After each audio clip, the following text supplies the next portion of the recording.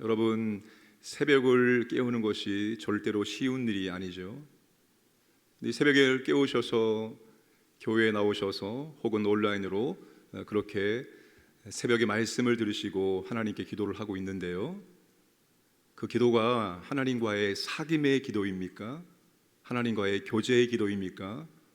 아니면 지금 당장 필요한 하나님의 은혜와 능력을 구하는 그런 기도입니까? 우리의 기도가 여러분, 첫 번째 하나님과의 사귐의 기도, 교제의 기도가 되어야 됩니다. 여러분, 기도는 모든 사역보다 우선되어야 됩니다.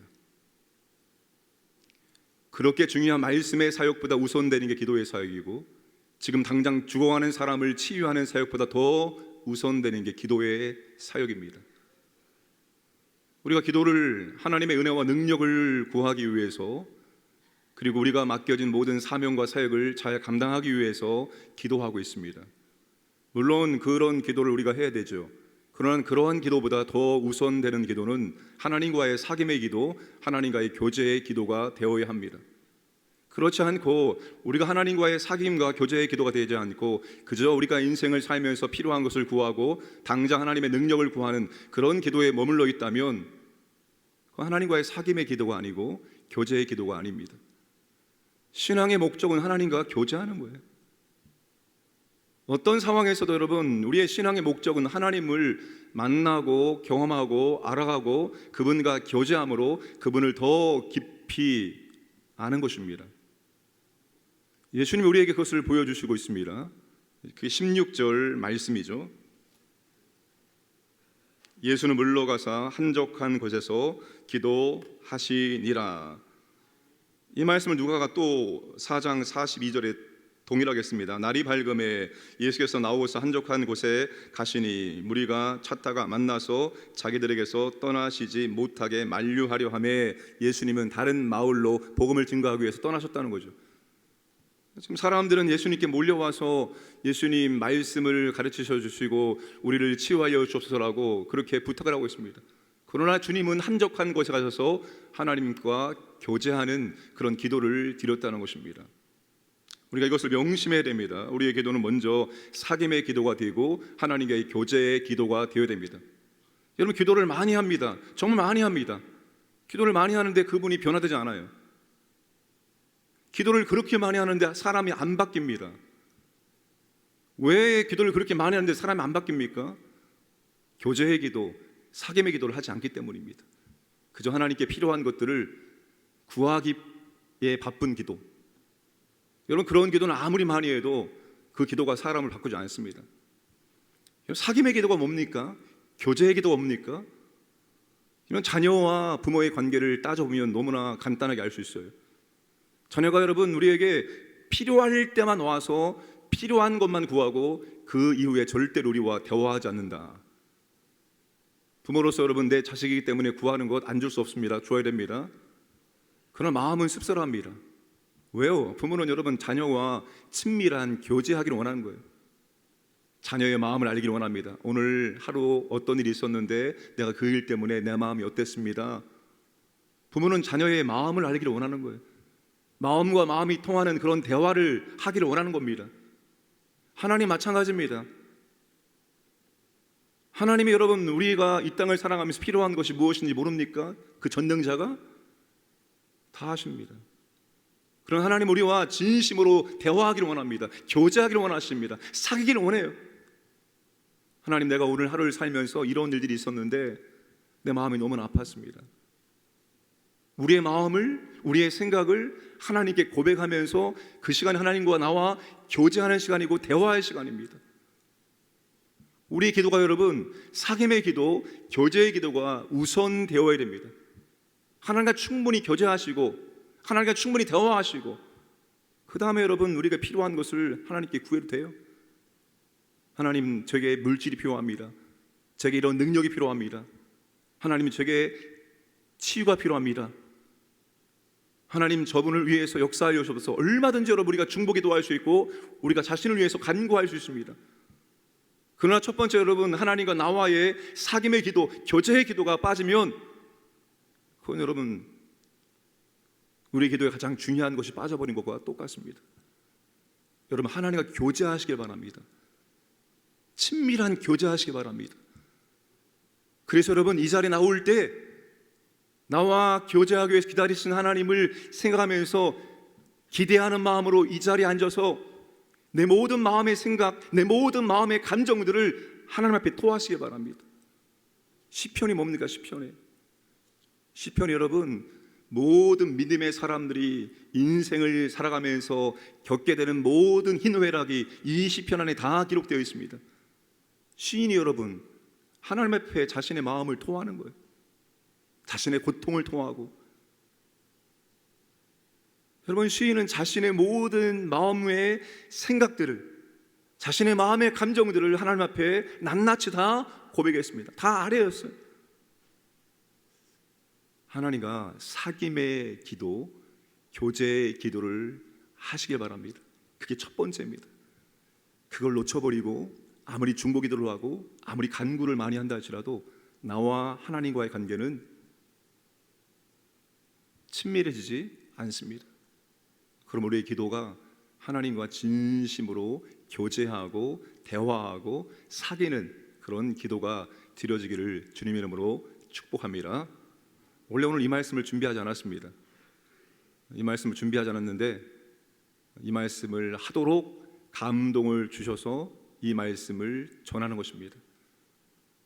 오늘 말씀을 간략하게 말씀드리면 두 사건이 나오죠.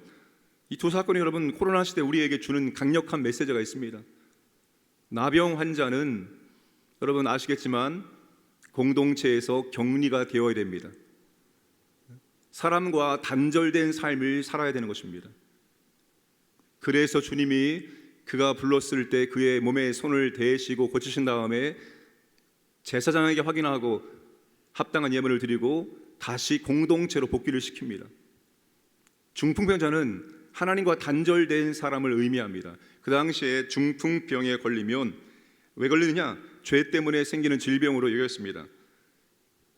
유대인의 전통에 따르면 병자는 성전에 들어갈 수 없습니다. 죄인은 율법에 정한 속죄제를 드려야지만 죄 문제 해결되어지고 하나님과 교제가 되어지는데, 이 사람은 성전에 들어가서 속죄 죄를 드릴 수 없기 때문에 하나님과 늘 단절된 상태로 살아갈 수밖에 없는 사람입니다. 그런데 누가 중풍병자를 예수님께 데리고 와서 죄의 사함을 받게 합니까? 그 사람들이 가족인지 친척인지 친구들인지 모릅니다. 사람들이 그를 데리고 와서 침상째 데리고 와서 예수님 앞으로 들어갈 수 없으니까 지붕에 기와를 벗기고 뚫어서 예수님 앞에 침상째 달아내립니다. 예수님 그들의 믿음을 보시고 죄를 용서해 주시죠. 죄의 사함에 권세가 있음을 보여주십니다. 결국 여러분, 이 두 가지 사건은 공동체와 단절된 사람을 다시 회복시켜주고 하나님과 단절된 사람을 다시 회복시켜주는 그런 사건이라고 말할 수가 있습니다.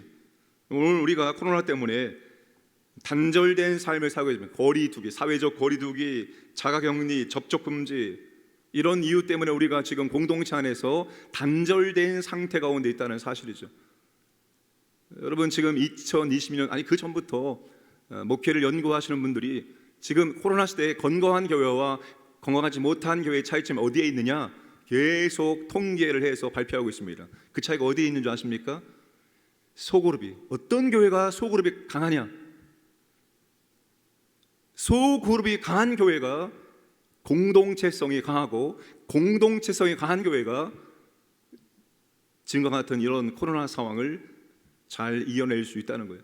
2022년도 목회 트렌드, 소그룹에 집중해야 된다, 이런 말을 하고 있습니다. 여러분, 공동체, 교회가 클수록 작게 모여야 됩니다. 여러분, 우리 교회가 건강한 교회가 되려면 우리 교회 안엔 작은 공동체, 그래서 구역이 중요한 겁니다. 구역이 얼마나 건강하느냐, 구역이 건강할수록 교회 전체가 건강해지게 되어 있습니다.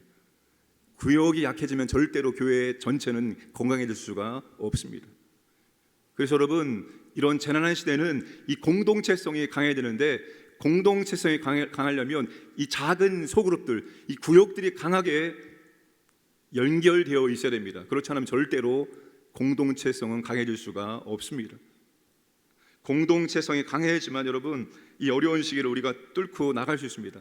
단절이 아니라 여러분 연결돼야 돼요. 어떠한 방법을 통해서든 연결돼야 됩니다. 그들의 믿음을 보시고, 그들의 믿음이 어떤 믿음이었습니까? 안 되겠다, 야, 우리가 주님 앞에 나갈 수 없겠다, 다음에 오자, 포기한 것이 아니죠.